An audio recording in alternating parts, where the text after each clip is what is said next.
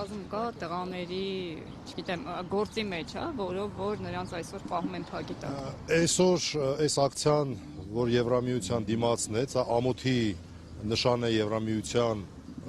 համար, որովհետև այն արժեքները, որոնք նրանք Հայաստանում տասնամյակներ շարունակ քարոզում էին, հանգեց ի վերջո նրան, որ Հայաստանում մենք ունենք շատ կարող ենք խոսել, բայց մեկ նախադասություն ասեմ։ Հետույք բառը արտասանելու համար, հետույք բառը եթերում օգտագործելու համար խուլիգանության հանցակազմով բանտում գտնվող մարդկանց հետ։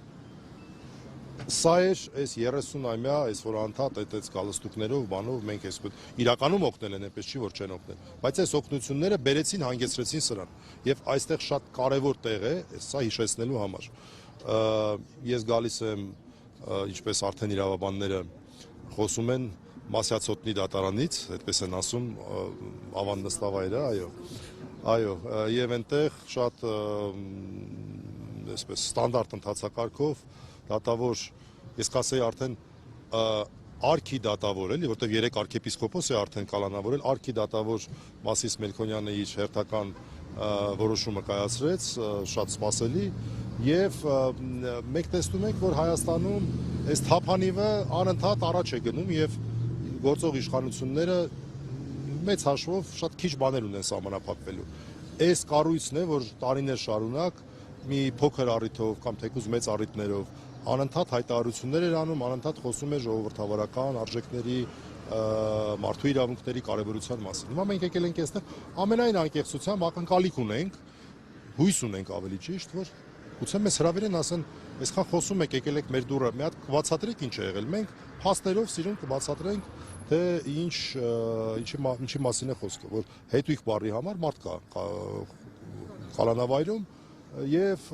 դրանից հետո կհասկանանք իրենց գործողությունները։ Այսինքն ես այդ հույսը ունեմ։ Ես այստեղ եմ հույս ունենալով, որ այնուհանդերձ ինչ որ մարդիկ ներսում կգտնվեն, հիմա վստահաբար մեզ նայում են, արգելի տիկնայք եւ բարոնայք, ladies and gentlemen, մենք հույս ունենք, որ մեզ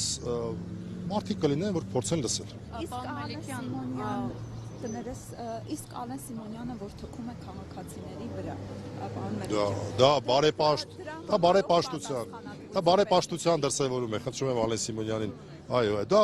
մաքուր բարեպաշտության դրսևորում է, այո, ժողովրդավարության, մարդու իրավունքների ապոգեյն է դա, ես կարծում եմ պետք չի, հետույք բառը չի օգտագործել Ալեն Սիմոնյանը։ Մելիքյան եւ Արշակ Սրբազանի գործին անդրադառնալով քաղաքացիական պայմանագրի падգամավորները արձագանքել են հարցին, թե ինչու են 7 տարի անց վերհիշել այդ գործը եւ ըստ էության հերքում են, որ քաղաքական ենթատեքստ կա եւ նշում են, որ իրավապահներն են այս գործողությունը զուտ իրավական գործընթաց է, ինչպես կարգավորվում։ Արձագանքեմ հետեւյալ կերպ, ռեժիմը բաղկացած է մի քանի թևերից, քաղաքական թևն է, իրավապահ համարվող թևն է, պարզ է, որ մեկը մյուսի վրա պետք է գցի եւ ասում եք հերքում են դժվար կլիներ պատկերացնել, որ չգիտեմ, Վահագն Ալեքսանյանը, նույն Ալեն Սիմոնյանը կամ մյուսները վեկանային ասեն, հա դե գիտեք, այստեղ իրականում քաղաքական հետապնդում կա։ Ակնհայտ է, փաստերը դրա մասին են խոսում։ Քննել են, մեկ էլ չգիտես որտեղից, գիտես որտեղից։ Դեկտեմբերի 10-ից 12-ը եպիսկոպոսատ ժողով է հայտարարված, մեկ էլ նման այսպես որոշում են կայացնում։ Ամեն ինչ ակնհայտ է, այնտեղ նրանց հետ բանավիճելու այսպես տեղ էլ չեմ տեսնում, առհասարակ տեղ չեմ տեսնում։ Ուղղակի ենք ասեմ, որ ռեժիմը բաղկացած է, այո, մի քանի թևերից, այս հանձնարարությունը տրված էր իրավապահ թևին, այսպես ճակերտավոր ասած, իրավապահ թևին եւ քաղաքական թևի խնդիրն է ասել, դե մենք դրա հետ ինչ կապ ունենք։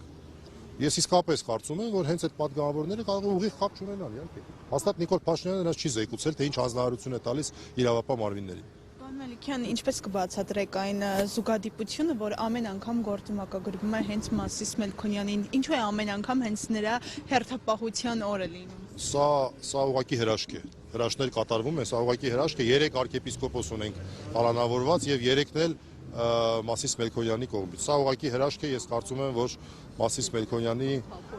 սրբադասման նաեւ հարցը կարելի է բարձրացնել այս հրաշքի շնորհիվ։ Այսքանը, շնորհակալություն։ Երբ են նշանակել։ Դեռ չկա